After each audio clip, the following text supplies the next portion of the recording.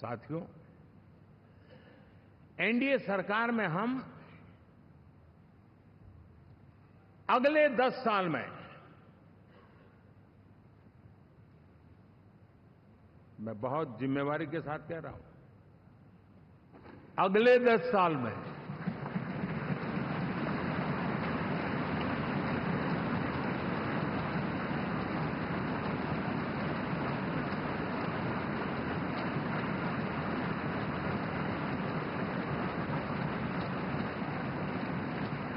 Good governance, विकास, नागरिकों के जीवन में क्वालिटी ऑफ लाइफ, और मेरा व्यक्तिगत रूप से एक बहुत बड़ा ड्रीम है, मैं लोकतंत्र की समृद्धि को जब सोचता हूं तो मैं चाहता हूं कि सामान्य मानवीय के जीवन में से, और खास करके मध्यम वर्ग, उच्च मध्यम वर्ग, उनके जीवन में से सरकार की दखल जितनी कम हो उतनी लोकतंत्र की मजबूती है।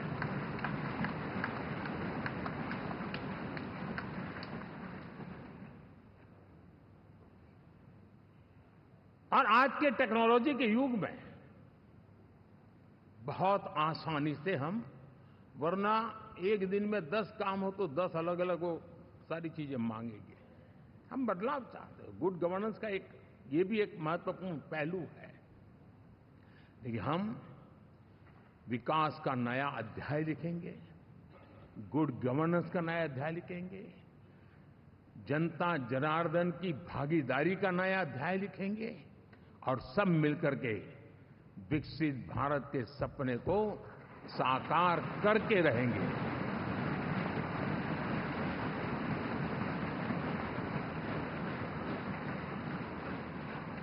साथियों, एनडीए में, और मैं अगर विस्तार से कहूं तो सदन में किसी भी दल का कोई भी जनप्रतिनिधि होगा, मेरे लिए सब बराबर है।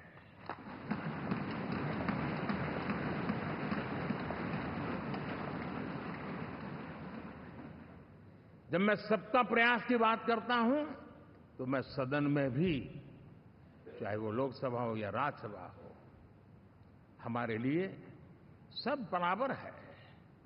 और यही एक भाव है जिसके कारण 30 साल से एनडीए अलायंस मजबूती के साथ आगे बढ़ा है। अपना पराया कुछ नहीं है। सबको गले लगाने में हमें कभी कोई कमी नहीं रखी है। उसी का परिणाम है कि जनता का विश्वास भी जीत पाते हैं। साथियों, हमने 2024 में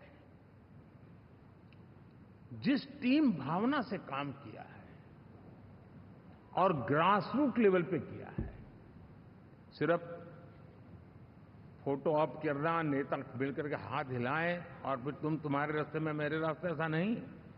ग्रासरूट लेवल तक सबने मिल करके ये जो काम किया है, और उसी ने हमें ऑर्गेनिक अलायंस का सामर्थ्य दिया है।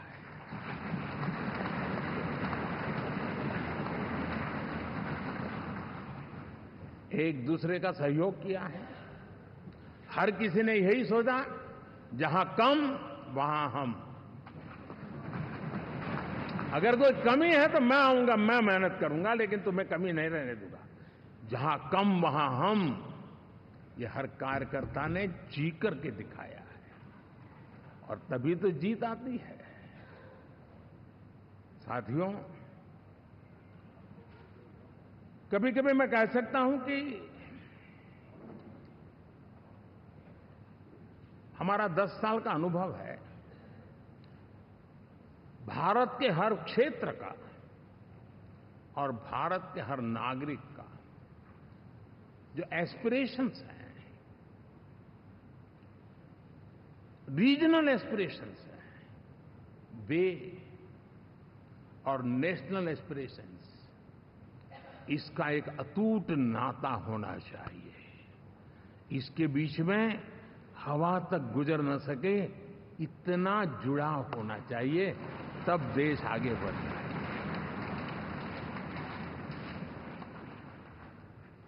साथियों, इस चुनाव में मैं कुछ उल्लेख जरूर करना चाहूंगा जो मेरी नजरिए से मैंने देखा है। दक्षिण भारत में एनडीए ने एक नई राजनीति की नींव मजबूत की है।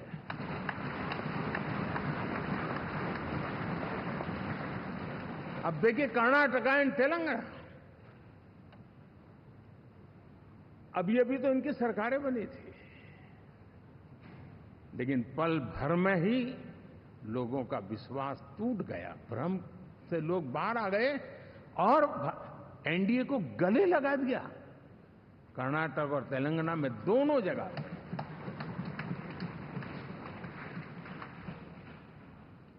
साथियों, तमिलनाडु, मैं तमिलनाडु की टीम को भी बधाई देना चाहूंगा,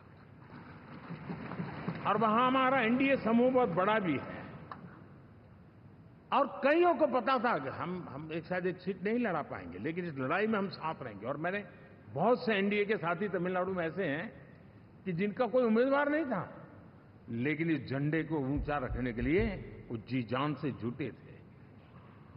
और इसलिए आज तमिलनाडु में भले हम सीट नहीं जीत पाए, लेकिन जिस तेजी से एनडीए का वोट शेयर बढ़ा है, वो साफ साफ संदेश दे रहा है कल में क्या लिखा हुआ है।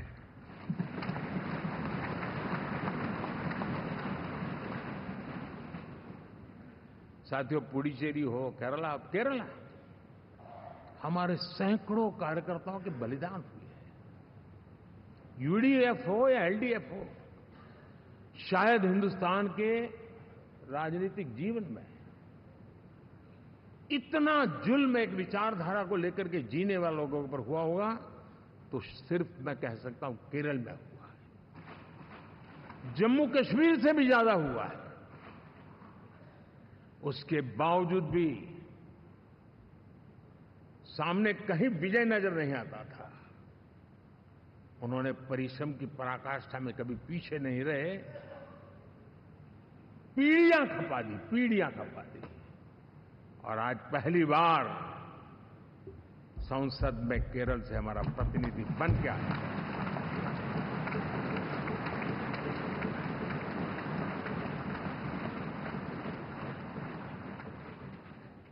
साथियों, अरुणाचल में हमने लगातार, हमारी सरकार बनती रही है और भारी समर्थन से बनती है। सिक्किम में भी हमारे एनडीए की सरकार करीब क्लीन स्वीप के साथ, अरुणाचल क्लीन स्वीप। आंध्र, मैं अबू बाबू को पूछ रहा था, बोले हिस्टोरिकली ये सबसे हाईएस्ट विक्ट्री है।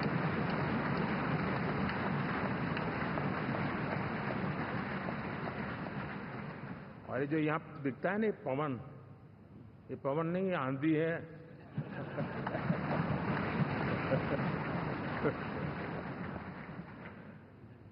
आंध्र ने इतना बड़ा हमारे प्रति जनमत दिया है। हिंदुस्तान के लिए एक सामान्य मानवीय की विकास की जो जिजीविषा है, उसका प्रतिबिंब है। और महाप्रभु जगन्नाथ,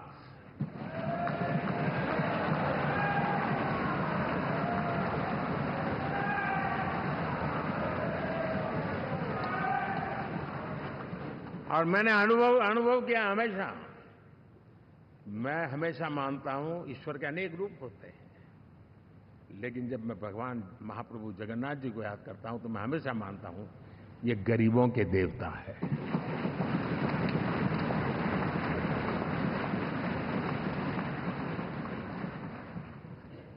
और वहां जो क्रांति रूप परिणाम आया है, मैं इसे एक रिवॉल्यूशन देख रहा हूं।